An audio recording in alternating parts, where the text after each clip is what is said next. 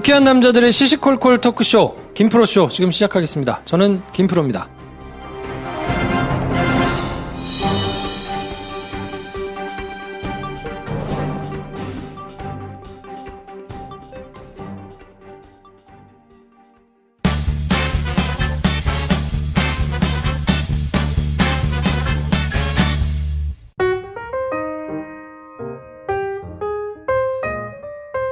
안녕하세요. 안녕하세요. 네, 장편 영화를 준비하고 계신 배준현 감독님 나오셨습니다. 안녕하세요. 배준현입니다. 연애지상주의자 한량 김선생 나오셨습니다. 안녕하세요. 주말입니다. 즐겁게 보내고 계신가요? 김 선생입니다. 네, 지 멋대로 살고 싶어서 기자 그만두고 나와서 영화 준비하고 있는 김프로입니다. 네. 오늘은 오빠 생각 다행히 조금 이제 내상이 컸어요. 50대 분들의 사연은 되도록 지양합니다. 이제 주셔도 저희가 없어도 결방을 하는 한이 있어요. 힘들더라고요, 솔직히. 네. 힘들어. 네. 저희 분수에 맞게 네. 저희가 할 수 있는 사람들 것만 하겠습니다. 네. 오늘은 대학생. 네, 대학생 이런 사연 분이- 너무 좋아. 그쵸. 네, 저희 맘대로 할 수 있거든요. 돌아가고 싶어. 대학생분이 보내주신 사연을 김 선생님께서 소개해 주시겠습니다. 사랑스러운 사연이니까 사랑스럽게 읽어볼게요. BGM 큐.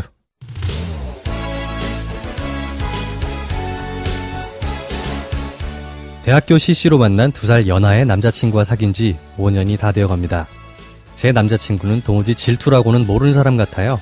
가끔은 상대방이 질투하는 모습을 보면서 너무 사랑스럽고 귀엽고 나를 진짜 좋아하는구나 라고 느낀다고도 하는데 저는 이 친구를 만나면서 이 비슷한 걸 느껴본 적이 단 한 번도 없어요. 꼭 질투가 있어야 사랑이라고 생각하진 않지만 이렇게까지 아무 생각이 없을 수 있나 싶은 거죠. 저는 상냥하다는 얘기를 많이 듣고 잘 웃고 리액션도 잘해주는 편입니다. 그래서 친하게 지내지는 남자친구가 정말 많아요. 반면 남자친구는 저랑 둘이만 있을 때는 말도 잘하고 다정한데 대외적으로는 굉장히 무뚝뚝하고 시니컬합니다. 예를 들면 남친과 사귀기 전 저와 예전에 서로 호감을 가졌던 남자 동기가 있는데 제가 그 친구와 같이 조별 과제를 하거나 남친이 없는 자리에서 같이 어울려 노는 일이 생겨도 조금의 신경도 쓰지 않더라고요. 그냥 과제는 잘했는지 재밌게 놀았는지만 물어볼 뿐 그 남자 동기에 대해서는 이런 방구도 없었습니다.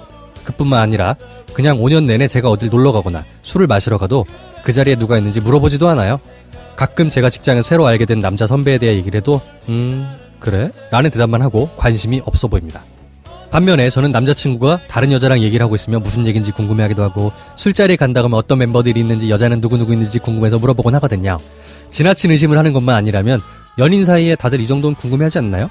그래서 남친에게 너는 날 만나면서 질투하거나 누가 신경 쓰였던 적이 단 한 번도 없어? 라고 물어보면 있겠지 라고 합니다. 제가 솔깃해서 누구? 라고 물어보면 갑자기 꿀먹은 벙어리가 됩니다. 딱 봐도 생각나는 사람이 없는데 그냥 제가 답정너인 것을 알고 아무 대답이나 던져주는 느낌이랄까? 5년이나 만났으니까 이제는 저 나름대로는 그냥 내 남자친구는 이런 인간인가 보다 결론 내리고 깊이 생각은 안 하지만 초반에는 나를 별로 안 좋아하나? 자존심이 센 건가? 내가 워낙 믿음을 주는 스타일인가? 등등 다양한 생각을 해봤던 기억이 납니다. 오빠님들 생각은 어떠신가요? 남자들에게 질투란? 질투와 여자친구에 대한 마음이 보통 비례하나요? 그리고 오빠님들은 연애할 때 보통 어떤 상황에서 질투를 느끼셨나요? 궁금합니다.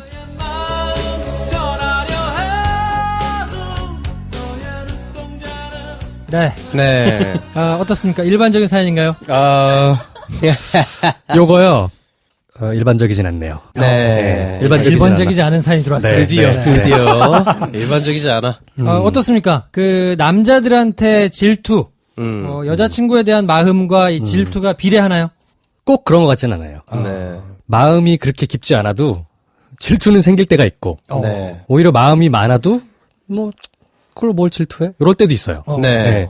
그거는 성격 따라 상황 그럼요. 따라인 것 같아요. 네. 배 감독님 어떻습니까? 성격 따라 다르긴 한데 이건 신뢰의 문제다. 두 문장을 제가 찌각으로 한번 꼬부려 볼게요. 저는 상냥하다는 얘기 많이 듣고 잘 웃고 리액션도 잘해주고 친하게 지내는 주변에 남자친구가 정말 많아요. 반면 남자친구는 저랑 둘이만 있을 때는 말도 잘하고 다정한데 대외적으로는 굉장히 무뚝뚝하고 시니컬합니다.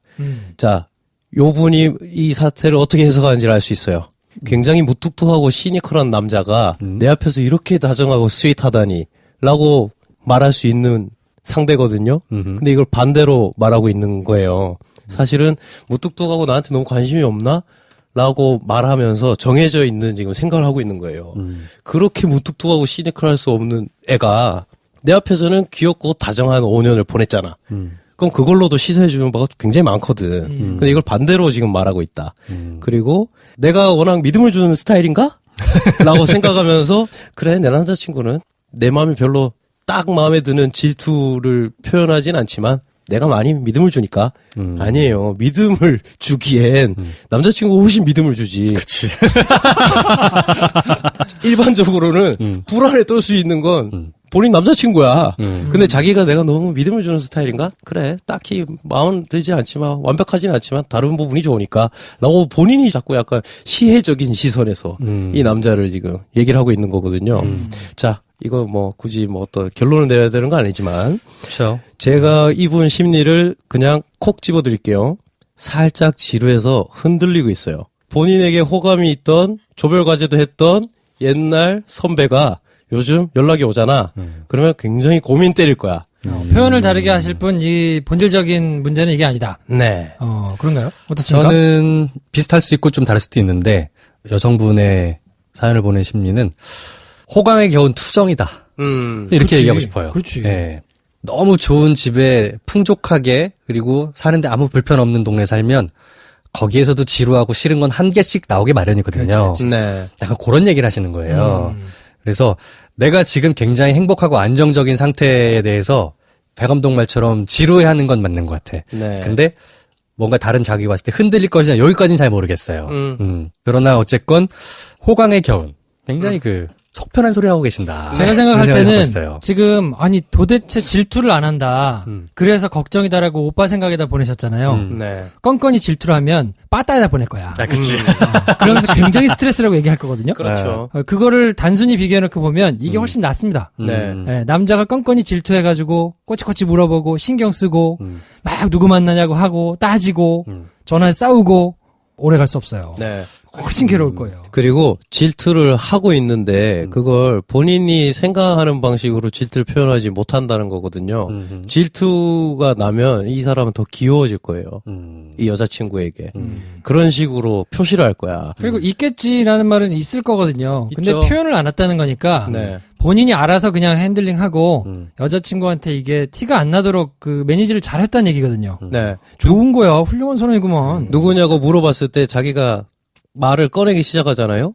그러면 자기도 그게 살짝 제어가 안 될 수 있거든. 그래서 그걸 그냥 일부러 얘기를 안 하는 거야. 자기는 쪼잔하기 싫거든. 그렇지. 그러니까 굳이 이거를 내색도 안 하고 그래서 그런 게 없나 싶을 정도로 이걸 잘 매니지를 했는데 그걸 끄집어서 얘기하라 그러면 얘기하고 설명하고 쪼잔해지잖아요. 스스로 싫은 거야 이런 게. 네. 그런 거 싫은 사람이 있거든요. 네. 네.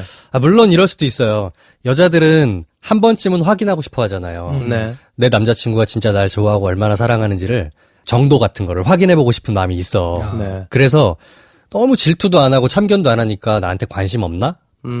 이 사람 나한테 큰 그런 느낌이 없나? 이런 생각 때문에 한 번쯤 확인해보고 싶은 마음은 있다는 건 인정은 합니다. 네. 하지만 지금 상황은 어차피 이분이 1, 2년 만난 사이도 아니고 5년이나 만났잖아요. 네. 그러면 보기는 훌륭해요. 이런 남자가 지루하거나 뭔가 답답해 보일 수는 있어도 훨씬 좋다. 네. 말한 것처럼. 아니 거꾸로 생각해봐요. 본인한테는 굉장히 무뚝뚝하고 시니컬한데 다른 사람들한테 활발해. 그래 굉장히 상냥하고 다정하고 정말 믿음을 주기 힘든 스타일이잖아요. 그죠? 돌아버리지 진짜. 우리가 지금 누구 말하는지 알겠죠? 그런데도 이렇게 한다는 거. 그리고 모든 오해를 약간 안심시키기 위해서 얘기를 해볼게요. 공식 질문을 했으니까. 남자들에게 질투란 공기 같아요. 있는데 안 보이게 하는 게 최선인 거. 그렇죠. 네. 없을 리는 없어. 그럼요. 없겠어요.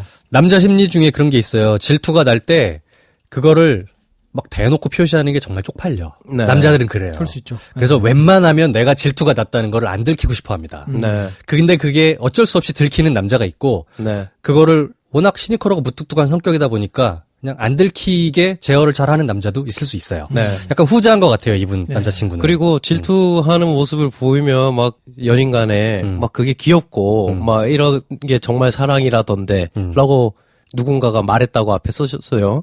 그건 그냥 귀여운 거지. 그치. 근데 귀여운 질투만 표현할 수 없게 되거든, 나중에는. 정말로 질투를 하기 시작하면 그거 진짜 꼴보기 싫거든. 그렇죠. 억울하고 화나고. 그것보다는 이게 훨씬 낫다. 음. 그리고 그런 사랑이 연애하면 그렇다던데라고 하기에는 본인이 보낸 5년이 훨씬 원래 연애는 이런 거야라고 남한테 말하기에 훨씬 긴 기간이다. 아, 그래? 그렇게 막 귀엽게 질투 우리는 안 그래. 우리는 뭐 물어보면 있겠지 하고 말더라고. 난 그게 사랑인 것 같아. 라고 본인이 말씀할 수 있을 만큼 확신이 있어야 되는데, 지금 와서 이러고 있다는 건, 잠깐 이게 맞나? 이렇게 본인이 흔들리고 있다는 거죠. 우리가 이제 사연 보내신 분을 질타하고 싶은 생각은 없습니다. 전혀 그런 뜻이 아니고, 네. 질투를 느끼는 귀여운 남자친구를 보고 싶을 수도 있죠. 그럴 수 있죠. 네. 그럴 수 있잖아. 네.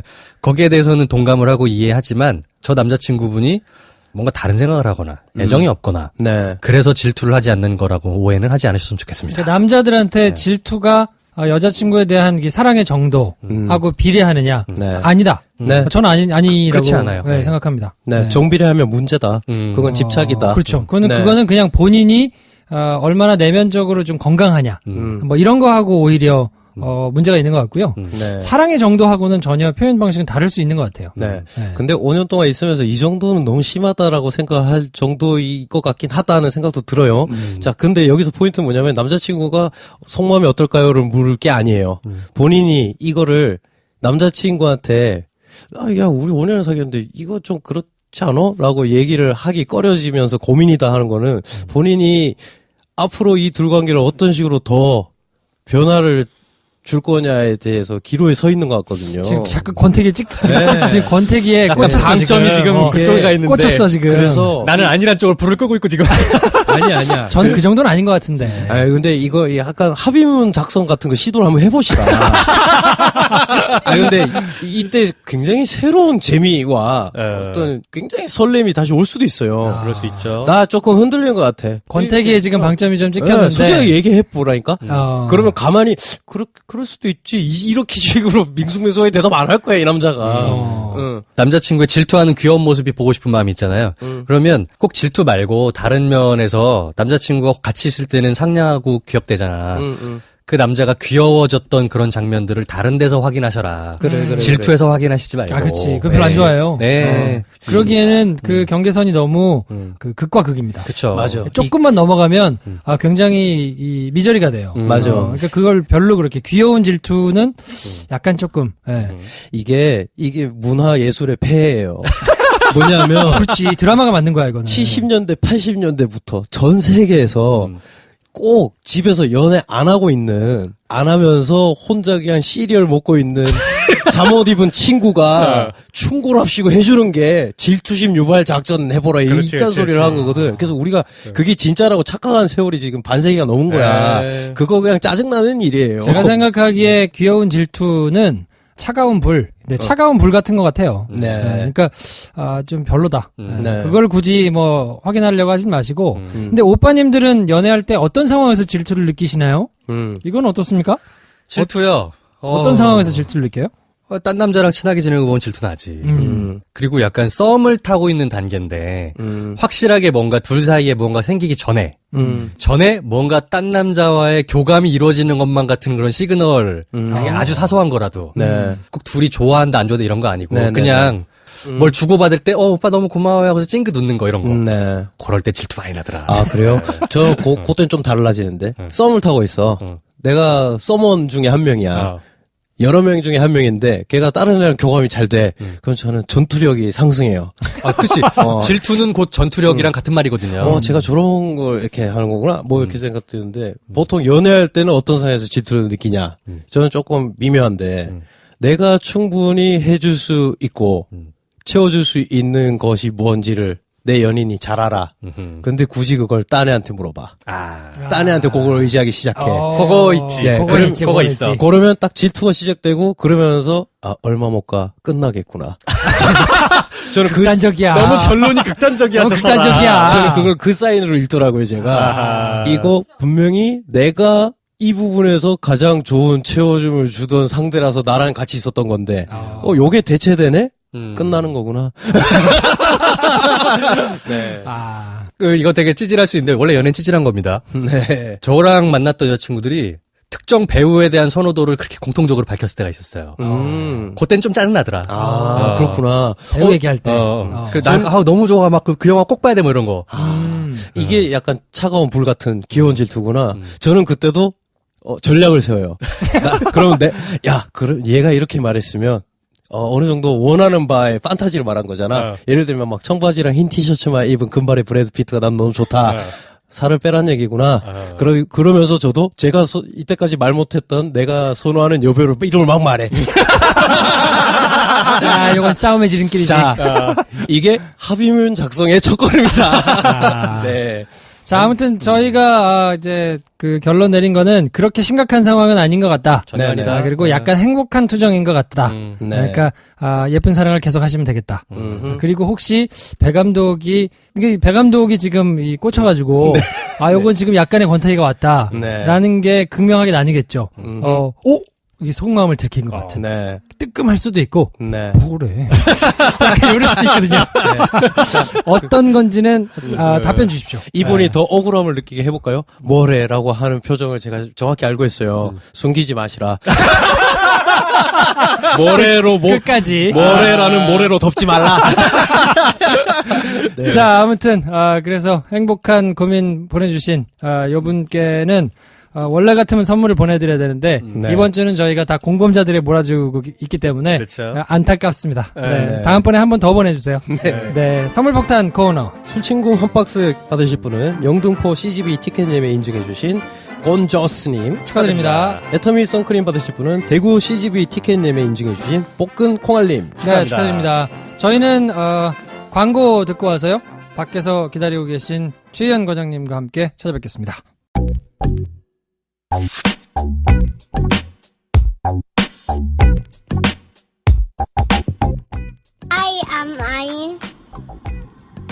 I'm listening to the Kim Pro Show.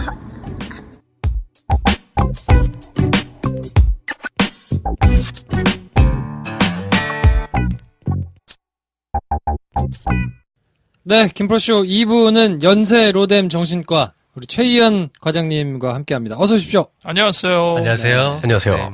이 어쩌라고의 사연이 이제 저희가 차곡차곡 해드리고 있는데 녹음을 조금 몰아서 하거든요. 거의 간당간당합니다. 네. 지금이 타이밍이에요. 사연을 보내주십시오. 네. 사연이 지금 떨어질랑 말랑 하고 있어요. 앞으로 몇 주 정도 거는 있는데 그 뒤에 사연이 너무 많이 밀려있지 않으니까 사연 있으신 분들은 가벼워도 좋고 무거워도 좋으니까 보내주시면 좋겠고요. 여기 어쩌라고 보내면 또 선물 계속 주시나요? 그럼요. 네. 요 공범자들 이 행사 때문에 네. 조금 밀려있기는 한데 그거 끝나면 다시 드립니다. 아, 그래요? 선물 중요하죠. 사연 보낼 이메일 주소가 어떻게 되죠, 그러면? jk@김프로쇼.com입니다. 지금 하나 보냈습니다. 네. 아이, 센스쟁이. 자, 그래서 오늘 사연은 굉장히 길어요. 네. 굉장히 긴데 그래서 BGM이 될까 모르겠는데 제가 한번 잘 붙여보겠습니다. 저는 요즘에 그것만 걱정해. 사연이 길면 BGM이 넘어가는 경우가 있더라고요. 심포니를 들어야겠네. 심포니. 자, 그래서 오늘 사연은 김 선생께서 읽어주실 텐데요. 네. 좀 기니까 잘 들어주시면 좋겠습니다.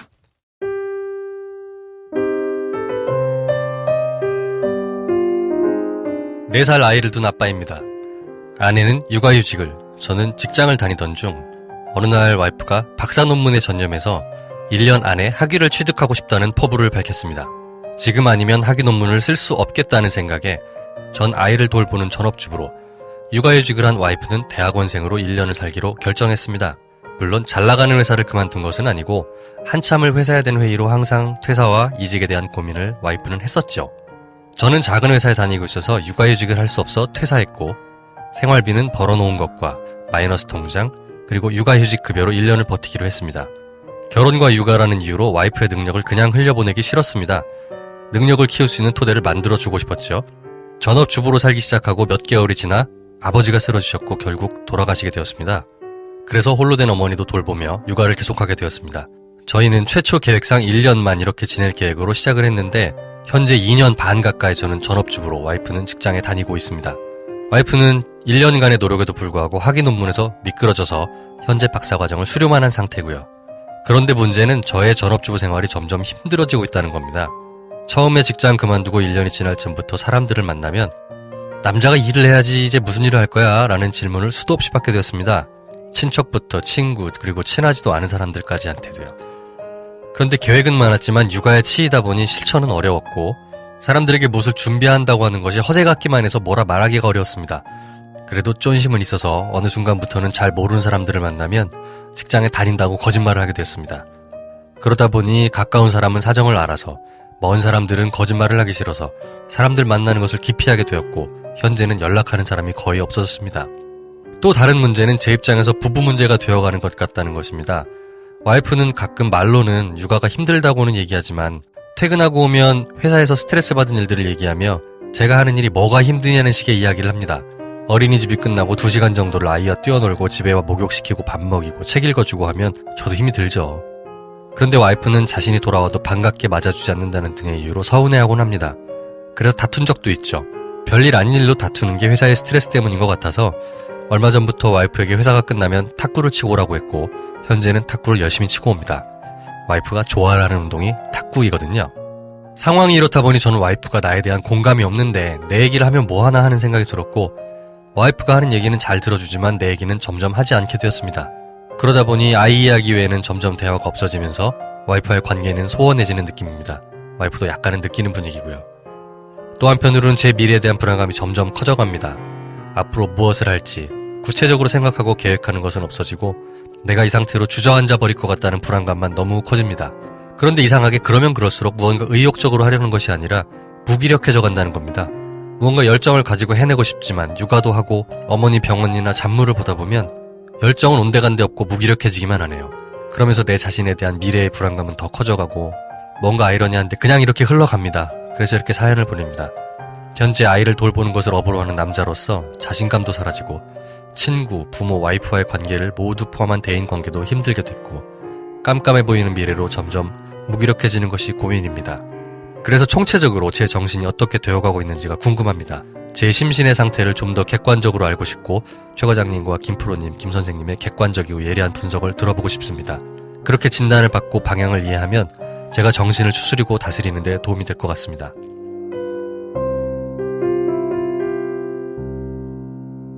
네. 네. 이런 사연 보내주셨는데 네. 김프로가 이 사연을 구석에서 혼자 보면서 약간 울고 있더라고요. 그래. 이게 사연을 참... 출력한 종이가 축축하게 젖어 있더라고요. 자, 어떻게 보셨습니까? 이 흔한 케이스는 아니니까 네. 전업주부를 하게 되시고 처음에는 어쨌든 계획에 의해서 했는데 계획이 약간 이제 빠그라지면서 본인은 계속 전업주부를 해야 되고 그 아내 되시는 분이 일을 하시면서 이제 가게를 책임지게 되고 네. 네. 뭐 이런 이제 상황이어서 본인이 이 자신감도 계속 떨어지고 뭐 이런 상황인 것 같은데 남자로서 이런 상황이 견디기 쉽진 않죠. 네. 네, 쉽진 않습니다. 남자로서는 그런 것 같은데, 네. 이거 오늘은 이 사연을 읽고 네. 오면서 얘기를 하려다가 얘기를 할 때마다 자꾸 걸리는 게, 네. 네. 이거를 남자가 아니라 그냥 여성이라고 바꿔보자. 네. 그냥 주부라고, 제 부인이라고 쳐보자. 네. 그럼 똑같아요. 그렇죠. 네. 네. 그렇죠. 본인은 다 가정을 위해서 많은 것들을 희생하고, 근데 그게 즐겁지만은 않거든요. 네. 그렇게 몇 년 지나다 보면 우울증에 빠지는 분들이 많이 와요. 그렇죠. 그 덕에 제가 살거든요. 그렇죠. 그렇죠. 어떻게 이거를 얘기를 해야 되나 얘기를 하다 보면은 어떤 주부는 이거 얘기 듣다가 아니 왜 그런 식으로 얘기하느냐 남성이라고 남성 쪽으로만 자꾸 편애하는 거 아니냐 이렇게 저 반응할까봐 얘기가 조심스러워지는 부분이 생기더라고요. 네. 제가 남자로서 힘들다고 한 거는 다른 뜻이 아니고 남자가 훨씬 더 여자들보다 현명하지 못하기 때문에 힘들다는 뜻이에요. 네. 여성분들은 이런 걸 받아들일 때 남성보다 훨씬 더 현명하신 것 같아요. 그게 다 남자들이 하는 말이에요. 들켰나요? 뭔가 네. 이렇게 얘기하는데 별로 공감적이진 않아. 아이고 들켰네.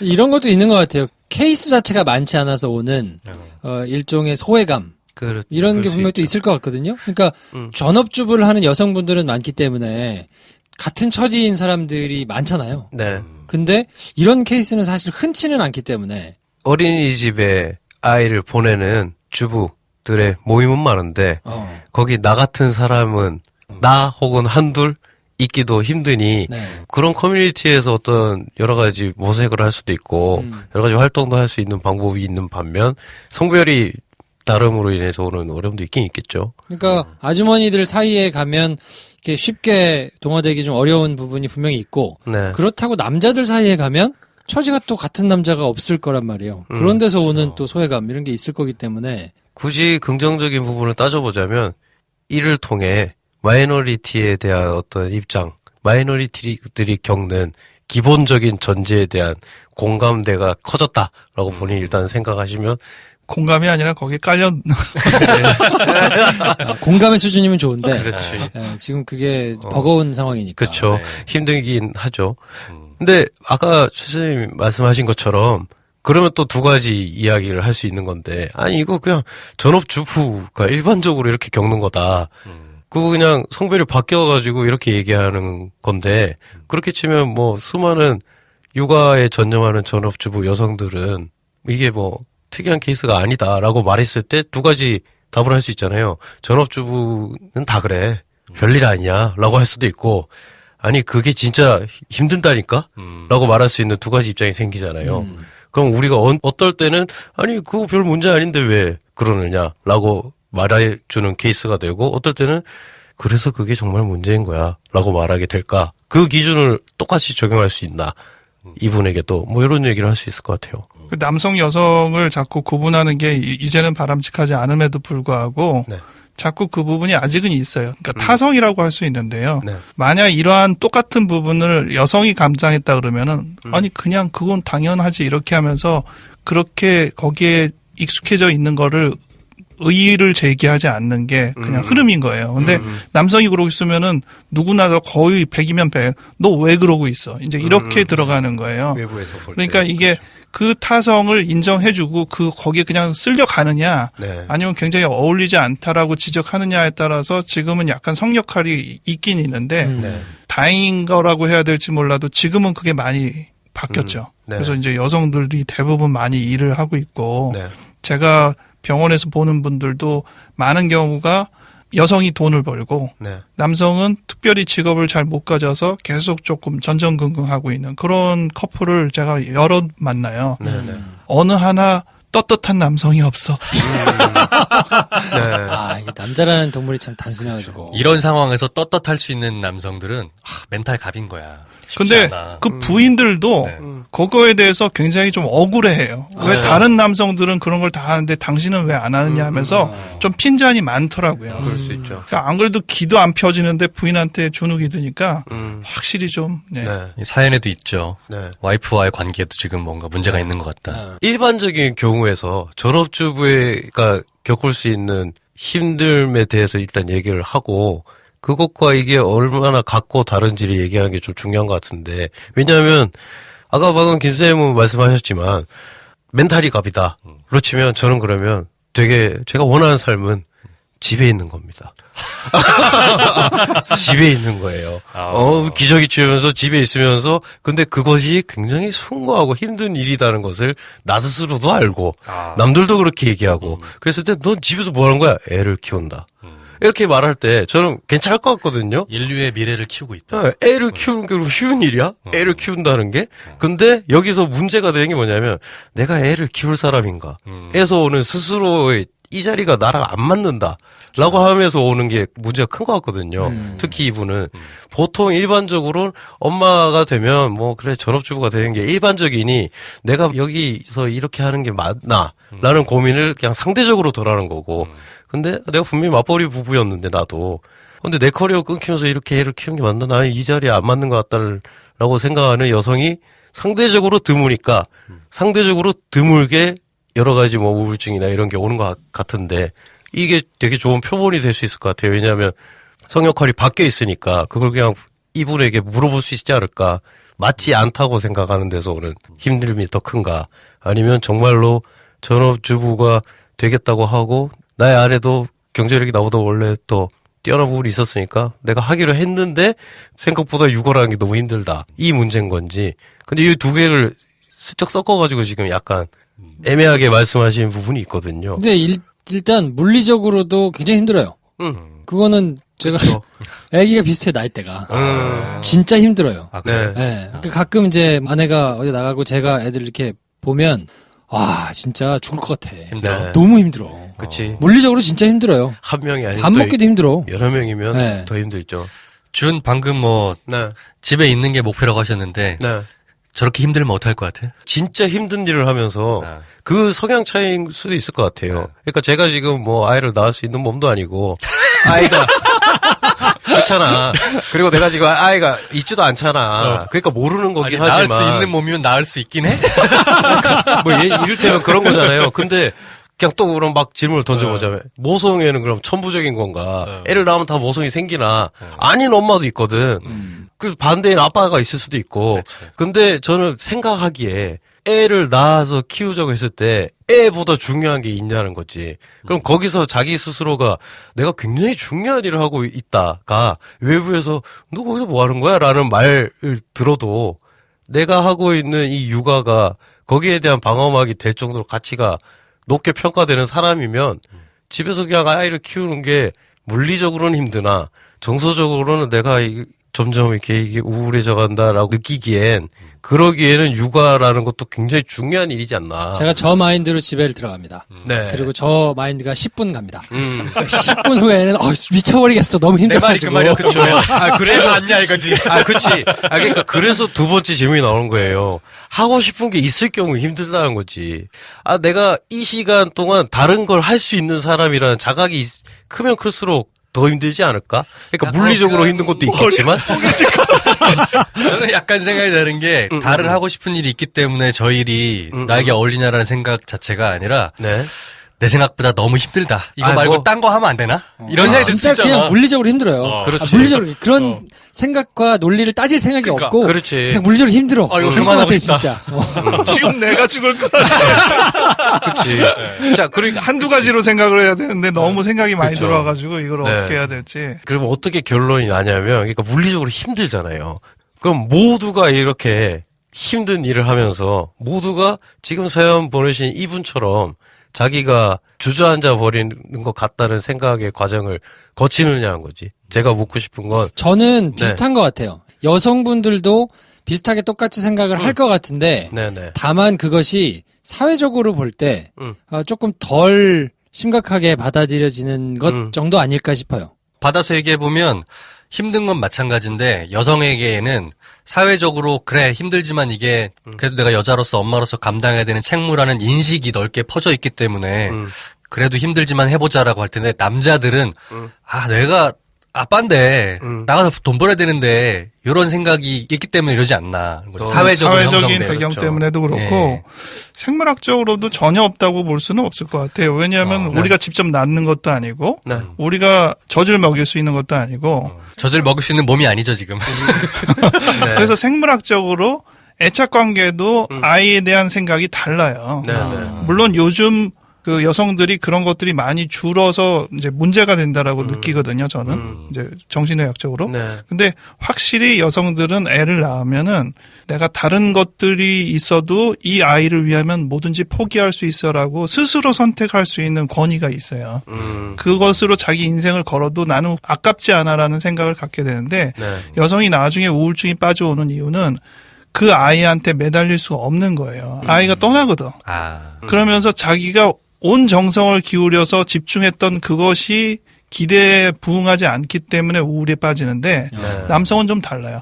얘만큼은 난 딴짓해야지. 이게 더 중요한 거예요. 그래서 이게 약간 다른 거예요. 네. 근데 그런데 이분은 보면 딴짓을 해야지. 이제 얘는 어느 정도 하고 가정은 어떻게 하고 본인은 어떻게 해야지라는 부분에서 계획이 지금 읽어봤을 땐 조금 부족하다. 네. 그러니까 제가 느끼기에도 중반부를 지나면서부터는 육아가 완전한 핵심은 아닌 것 같아요. 그러니까 그냥 나이로만 봐도 한 3살 이전까지는 말도 잘 못하죠. 뭐 한 2살 이전까지는 말도 잘 못하고 의사소통도 잘 안 되고 그렇죠. 막 울기만 하고 보채고 막 이러면 진짜 막 죽어버릴 것 같거든요.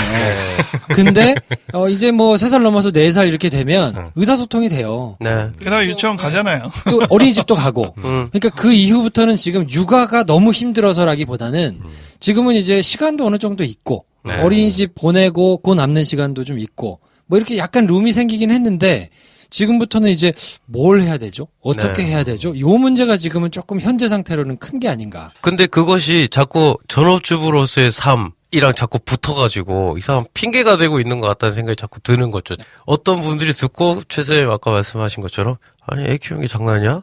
어머니들이 이걸 들을 때 힘들지 나도 키웠는데 근데 이게 이렇게 똑같은 얘기인데 살짝 바꿔 얘기하면 그게 정반대의 효과를 줄 수 있잖아. 비난하는 거잖아. 아니 너 뭐 그걸로 생색을 내 라고 말할 수도 있고 애 키우는 게 힘들다는 건 우리가 모두 공유하는데 당연히 그렇게 해야지 그걸 생색내지 마 라는 말을 할 수도 있고 저렇게 힘든 일을 하니까 얘가 이렇게 힘들어하는 거야 라고 말하면 또 그런데 수많은 전업주부들은 그럼 그걸 힘듦을 당연히 느끼고 이렇게 우울해야 되는데 우울하지 않고 지나가는 게 문제다 라는 식으로 귀결이 될 수도 있잖아요. 그래서 저는 이 사연 보내주신 분의 진짜 문제는 그러니까 우리가 이렇게도 말할 수 있고 저렇게도 말할 수 있는 우리가 답을 낼 수 없는 육아상의 어려움에 자기의 힘듦을 자꾸 빗대서 핵심을 비껴가고 있다. 진짜 힘든 부분을 그 뒤에 살짝 묻어놓은 것 같다는 느낌인 거잖아요. 그렇죠. 네. 그거는 네, 어느 정도 그럴 수도 있겠다는 생각이 드네요. 제가 받은 느낌은 진짜 힘든 부분은 나 뭐 해야 되지 있는 것 같아요. 네. 이건 것 같아. 핵심은. 네. 그렇죠. 네, 네. 네. 저도 그런 것 같아요. 나 지금은 일단 전업주부라는 핑계가 있어서 집에 있어 있긴 한데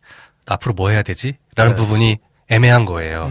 미래가 불안해지다는 부분에 대해서 이제 말씀을 해준 게 있는데 핵심은 그거 것 같고 그러면 상식적으로 내가 미래가 불안하니까 뭘 해야 될지 모르겠다고 하면 이것도 해보고 저것도 해보고 막 자기 개발도 해보고 시도를 해봐야 되는데 그게 안 되고 계속 무기력해만 간다. 네.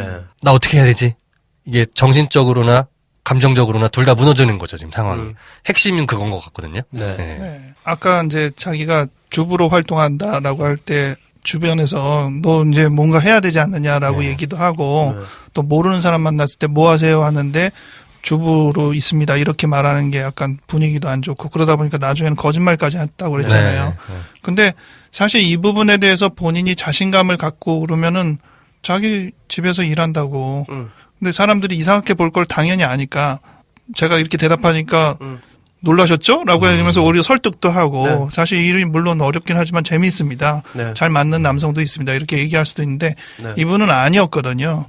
그러니까 그 부분에 대해서 마음이 걸리는 건 확실해요. 분명히 이제 다른 것들에 대한 기대치가 있어야 되는데 네. 막상 또 다른 데에 대한 계획은 별로 없어요. 네. 근데 계획이 없는 것도 꼭 문제는 아니다. 네. 왜냐하면 고등학교 때 너 무슨 대학 갈 거야? 전공 뭐 할래? 장래 희망이 뭐야 할 때 모르겠는데요 라고 말하는 애들이 태반이에요. 그렇죠.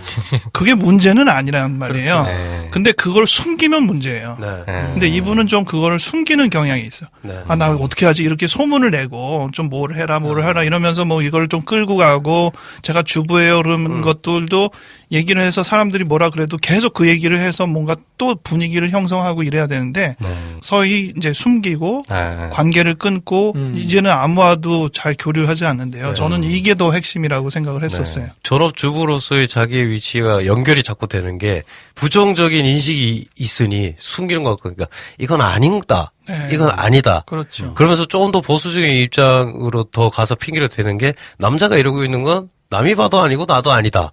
이 입장이 또 계속 커지고 근데 딱히 나는 능력으로 보면 지금 시간도 지났고 뭘 해야 될지 모르겠고 이게 이제 자꾸 생각이 부차적으로 들어오니 그게 오히려 방금 최 선생님 말씀하신 것처럼 이미 나는 굉장히 부정적으로 나를 포지셔닝 해놓고 있는 것 자체가 문제가 아닌가. 그게 딱 뒤집어지면 사실 똑같이 힘든 일이라도 타파가 될 방법이 막 생길 텐데 그 생각을 안 바꾸시면서 계속 이걸 또 몰입하고 계신 것 같다라는 생각이 들어요. 자, 그럼 이분은 일단 자신감이 굉장히 떨어져 있는 거는 맞는 것 같고. 그렇죠. 무기력하고. 그리고 그냥 객관적인 지표로도 능력치에서 아내 되시는 분이 훨씬 더, 그쵸? 그렇게 보여요. 네. 네, 더 발휘를 하고 네. 있다. 네. 타고난 능력이 떨어지는 이런 게 아니라 현재 상황 속에서 어쨌건 경제 생활을 아내가 하니까 그쵸. 네. 거기서 인해서 발생하는 그런 차이들. 여러 가지로. 네. 그 남자 입장에서는 그게 조금 이제 자존심 상할 수도 있기 때문에. 네. 조금이 네. 아니라 많이. 많이. 많이 자존심 상하기 때문에. 네.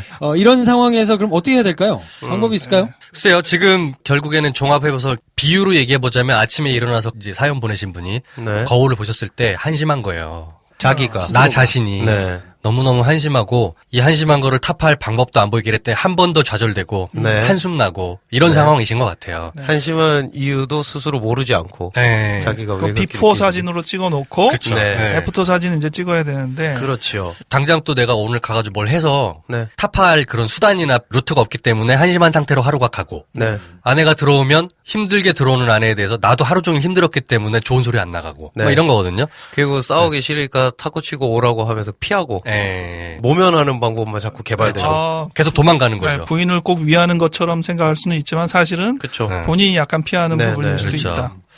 이게 어떤 마음인지는 좀 많이 이해가 돼요. 네. 예, 이해가 되고 그러면은 당장 내일 뭐 벼룩시장을 펼쳐서 일해라 이런 건 정말 바보 같은 해법인 것 같고요. 네네. 자신감을 먼저 좀 회복하셔야 된다. 내가 뭔가 쓸모가 있고 뭐든 열심히 하면 잘하는 사람이구나라는 그런 자신감을 남자는 회복할 필요가 있는 것 같아요. 네. 이거는 뭐 간단한 예입니다만 하루에 하나씩이라도 뭔가 내가 꼭 이것만을 해내겠다는 루틴을 한번 만들어 보세요. 예를 들어 운동이다 그러면 내가 하루에 푸시업 100개는 꼭 하고야 말겠다. 그런 형태의 그 인생에서 매일매일 작은 성취들을 했을 때 그게 짧게는 일주일, 길게는 한 달 정도가 쭉 쌓이면 희한하게도 거기서 자신감이 생기더라고요. 저는. 네. 좋은 말이네. 네. 그렇죠, 그렇죠. 또는 내가 매일매일 지금까지 애를 먹이기 위해서 억지로 뭐 음식을 만들었다면 기왕 음식하고 재료 다루는 거 예쁘게 맛있게 사진으로 찍어도 멋있는 음식을 하루에 하나씩 레시피를 보고서 만들어보자 네. 라는 방식으로 오늘은 이거 해보고 내일은 저거 해보고 모레는 이거 해보고 그래서 요리 실력이 늘어가는 걸 확인하는 것만 봐도 이분이 향후에 요리사가 안 되더라도 요리랑 상관없는 잡을 가지시더라도 거기서 생기는 자신감으로 인해 다른 무언가를 할 수 있는 상황을 회복하실 수 있지 않을까. 그렇죠. 그리고 만약에 몸이 토르처럼 되잖아요. 그러면 육아 엄마들만 있는 카페에 가셔도 너 여기서 뭐 하는 거야? 라는 얘기를 모두가 말해도 자기 스스로 괜찮을 거다. 왜냐하면 내가 지금 내가 마음에 들거든. 이렇게 멋있게 내가 우리 애를 키우고 있잖아. 그럼 다른 그 엄마들도 이렇게 살갑게 잘 될 수 있어요. 어떻게 될지 모르는 거야. 의외로 네. 저 집 아빠는 멋있어. 네. 이게 될 수 있어. 저렇게 그렇죠. 멋있는 그렇죠. 남자가 육아를 하다니. 몸만 잘 만들어도 모든 게 쉽게 해결될 수 있다. 근데 여기서 멈추면 우려되는 게 일례로 이런 거거든. 자, 우리나라의 수많은 전업주부 여성들 슈퍼맘이 되십시오. 자신감을 가지시고요. 자기를 아름답게 꾸미면 엄마로서의 우울증은 없어집니다. 이런 말이 돼버릴 수도 있어요. 네. 물론 남자 여자는 다르다는 입장하에 네. 말하지만 근데 저는 이 자신감을 회복하라는 이 얘기가 무엇을 위해서 회복해야 되는지가 중요한 것 같아요. 슈퍼파더가 되세요. 라고 말하는 게 돼버릴 수도 있잖아. 그 말을 딱 들으니까 생각이 나는데 확실히 남성이랑 여성은 달라요. 그 말로 여성은 자신감을 세우기가 너무 힘들어. 자기가 아름답다고 생각을 잘 못하거든요. 그렇지. 관념 자체가 좀 그래. 맞아요. 그치, 근데 남자들은 배가 나와도 자기가 사진을 보면서 근육이 좋다고 생각해. 나 정도는 괜찮지 않나? 뭐 이러잖아. 조금만 세워도 돼. 그렇지. 약간만 달라져도. 네. 그러면 사실 이 여기에 사연 중에 많은 게 해결이 될 수 있다. 쉽게. 그렇죠. 그러니까 남성이어서 저희가 들을 그렇지. 수 있는 해법인 건데 네. 근육 운동을 하십시오. 네. 운동하란다고 어디 또 무슨 걷고 오시고 이런 거 하지 말고 그렇지. 그런 거 하지 마. 마라톤 이런 거 하지 말고 그렇지. 근육 운동을 하세요. 근데 그렇지. 애기가 있는데 뭐 어떻게 내가 헬스 뭐 장 끊으려면 돈이 이런 거 하면 팔굽혀펴기 하고 스쿼트만 하시면 돼요. 그렇죠. 그래요, 집에서 그래요. 하세요. 그래서 근육 운동을 반드시 하셔가지고 체형의 변화가 어느 정도 생기면 맞아. 자신감이 조금 따라올 수 있고요. 조금이 아니라 많이. 많이 따라오시죠, 진짜로. 그래. 그걸 꼭 하셨으면 좋겠고, 네. 저는 개인적으로 권해드리고 싶은 방법은 루틴을 하나 만드시라. 저는 제가 볼 때는 지금 있는 상황에서 제일 하시기 쉬운 거는 글을 하루에 하나씩 쓰시는 것 같아요. 왜냐면 자기가 육아를 하잖아요. 그러면 4살 아이 육아와 관련해가지고 쓸 수 있는 글이 많거든요. 네. 그럼 내가 하루에 하나씩 12시 아니면 애기 보내놓고 오후 2시 데드라인을 정하는 거예요. 그래서 오후 2시까지 반드시 주제 하나를 잡아서 육아에 관련된 글을 쓴다. 그리고 거기 한 꼭지 더해서 내 몸의 체지방률 변화도 같이 써. 그것도 좋지. 그래서 묶어서 책을 내잖아? 잘 팔려. 책 나올 수 있어요. 잘 팔려. 그러니까 그거를 석 달만 하시면 그럼. 루틴을 정해놓고 오후 2시가 데드라인 해가지고 그거를 막 써서 무조건 하나씩 하루에 하나씩 쓴다. 해서 거기서 구독자가 생기고 뭐 브런치를 하시든 뭐 블로그를 하시든 구독자가 생겨서 재밌다고 반응도 있고 거기에 자기가 운동을 해가지고 또 체형의 변화도 있고 하면 그런 데서 하나씩 둘씩 실마리가 생길 거기 때문에 그리고 시작해버리고 페북 라이브를 자, 지금 어린이집에 넣습니다. 자, 이제 제가 푸시업을 몇 개 하고 스쿼트를 몇 개 해야 되거든요. 백업 라이브를 맨날 해봐. 이제 말 던져놨으니까 관둘 수도 없어. 그래서 계속 쭉 하시다 보면 몸에 직접 변화가 생기고 하면 그러니까 유모차를 드는데 너무 가볍다. 그러면 자기가 마음에 들 거 아니야. 애를 데리고 테마파크를 돌아도 힘들지가 않다. 네. 그러면서. 그렇죠. 남녀를 바꿔서 생각하더라도 올바른 전개로 갈 수 있는 계단이 되는 것 같아요. 만약에 그렇게 되면 아내가 회사 일 힘들고 쭈쭈쭈 얘기하면 유모차를 이렇게 한 팔 들고 여보 나도 힘들어. 하지만 나는 운동을 이렇게 하고 있잖아. 설거지 2번 정도는 네가 하자. 이렇게 서로 이렇게 육아에 관한 네. 분담도 얘기할 수 있는데 지금은 그런 얘기를 말도 지금 꺼내지 못하는 상태거든요. 본인이 뭐가 내가 내 앞도 안 보이는데 아내한테 이렇게 얘기하면 괜히 그냥 그러면은 뭐 이런 생각도 들고 애도 하면서. 돌보면서 몸도 좋아지는 헬스 서적이 하나 나오는 건가요? 그렇죠. 책도 내고 아, 그럴 수 있어요. 예. 그러면서 육아 분담 지금보다 아내가 탁구를 안 칠 수도 있어요. 일찍 들어와가지고 저녁에 좀 이렇게 해라. 그 아내가 나도 회사 힘들다. 나도 책 내느라 힘들다. 이렇게 말할 수 있는 대화의 장도 열릴 수 있잖아. 캡틴 아메리카의 육아일기. 네. 그런 거. 몸 좋은 아빠의. 네. 아니 몸이 좋아지면 부인이 탁구 치러 안 가요. 아유 그럼 뭐하러 탁구 그럴 수 치러 있지. 가겠어. 네. 옆에서 계속 봐. 그렇지. 설거지 대신 해줄게 그래요. 하면서. 네. 같이 운동하고. 앉아서 계획을 세우고 앉아서 꿈을 꾸시지 말고요. 네. 그걸로 해결되지는 않는 것 같아요. 네. 그냥 운동을 하면서 일을 하세요. 네. 그러니까 뭐가 됐든 그게 어떤 게 됐든 하다 보면 그게 꼬리를 치고 가지를 치면서 전혀 생각하지 않았던 기회도 오고 뭐 그렇게 하면서 본인이 여러 가지를 만들어내면 자신감이 생기면서 그게 배가 돼가지고 또 이렇게 일이 풀릴 수 있는 게 찾아오거든요. 정리를 한 번만 해볼게요. 제가 나름대로 이해한 걸로. 일단 지금 사연 보내신 분에게 가장 부족한 부분과 채워져야 될 부분은 스스로에 대한 자신감인 것 같아요. 네. 특히 남자로서의 자신감이 좀 필요합니다. 네. 그게 무너지면은 아무리 무슨 뭐 이재용 회장이든 뭐 돈 많은 사람도 다 아무것도 못해요. 네. 일상이 천억대 자산가도 무기력할 수밖에 없거든요. 뭘 가지고 있냐가 중요한 게 아니라 자신감이 중요해요. 그러면 자신감을 회복하시기 위해서는 대단한 걸 하시라는 게 아니라 일상의 작은 성취들을 꾸준히 하는 버릇을 들여보시라는 거죠. 네. 그 중에 하나로 저희는 이제 운동을 말씀드린 거예요. 몸을 만드시면 의외로 많은 게 좋아질 수 있다. 또는 글을 쓰시거나. 그러고 나서는 그 일상의 작은 성취들이 쌓여서 자신감이 약간 회복됐을 때 한 가지 더 말씀드리고 싶은 거는 사람을 만나세요. 네. 그렇죠. 사람을 만나야 만나세요. 돼요. 만나야 네. 돼요. 고립되어 있으면 또 아무것도 안 됩니다. 네네. 네. 플랜을 잡으시라 이런 의미로 저는 들리거든요. 네. 운동을 하시라는 것도 글을 쓰라는 것도 그렇고 계획을 잡으라는 건데 그 계획을 혼자서만 잡지 말고 소문을 내라는 부분이 제일 중요한 또 부분인 것 같아요. 그래서 아까 이제 피할 수 없게 다른 사람이 이미 그 소문을 알고 있어서 네. 아니 계획한다는데 제대로 하고 있나 이렇게 그것들을 옆에서도 좀 볼 수 있게 해주는 게 중요하다라는 생각이 들고 그렇죠. 그렇게 옆에서 볼 수 있게 한다는 게 결국은 사람을 만나는 거거든요. 그래서 사람을 만나서 뭐 하냐? 자기 플랜 얘기하는 거죠.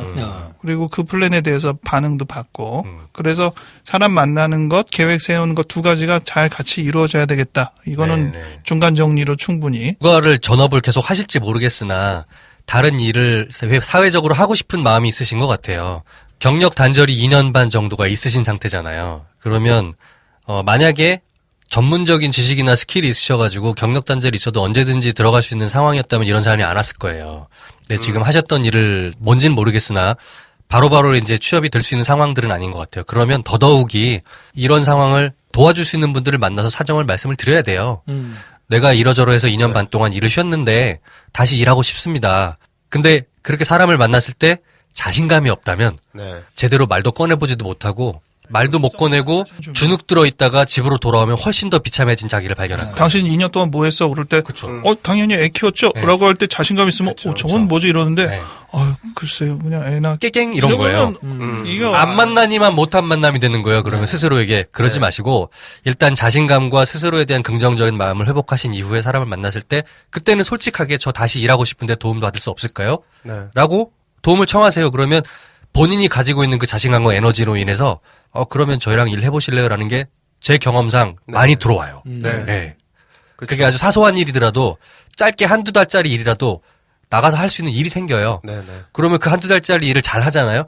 그러면 제가 할 수 있는 일의 선택이 되게 넓어져요. 그렇게 해서 일을 하게 되고 다시 성취가 있고 그래서 다시 경력을 이어갈 수 있는 사람이 되면 그때 뒤돌아봤을 때 그러면 육아가 굉장히 소중한 일이었고 굉장히 중요한 육아 때문에 나의 경력을 멈췄음에도 이게 의미화가 되는데 이게 자신감 없는 상태로 뭔가를 한번 모색하려다가 또 안 되고 뭐 이렇게 돼버리면 그러면 이때까지 애 키운 게 내 발목도 잡았고 내 인생도 망가뜨렸고 뭐 이런 일이 돼버리죠. 네. 그러면 애를 잘 키우는 것도 아니거든요, 사실. 그게 일단 어쨌든 자신감을 좀 회복하셔야 되는데 그렇죠. 저는 제 지론이 있습니다. 자신감은 성취의 크기보다는 성취의 빈도에서 온다. 그렇죠. 네. 그렇죠. 네. 큰 성공을 한 번 한 사람과 네. 네. 짜잘한 성공을 50번 한 사람은 네. 50번 한 사람이 훨씬 더 자신감이 커요. 그렇죠.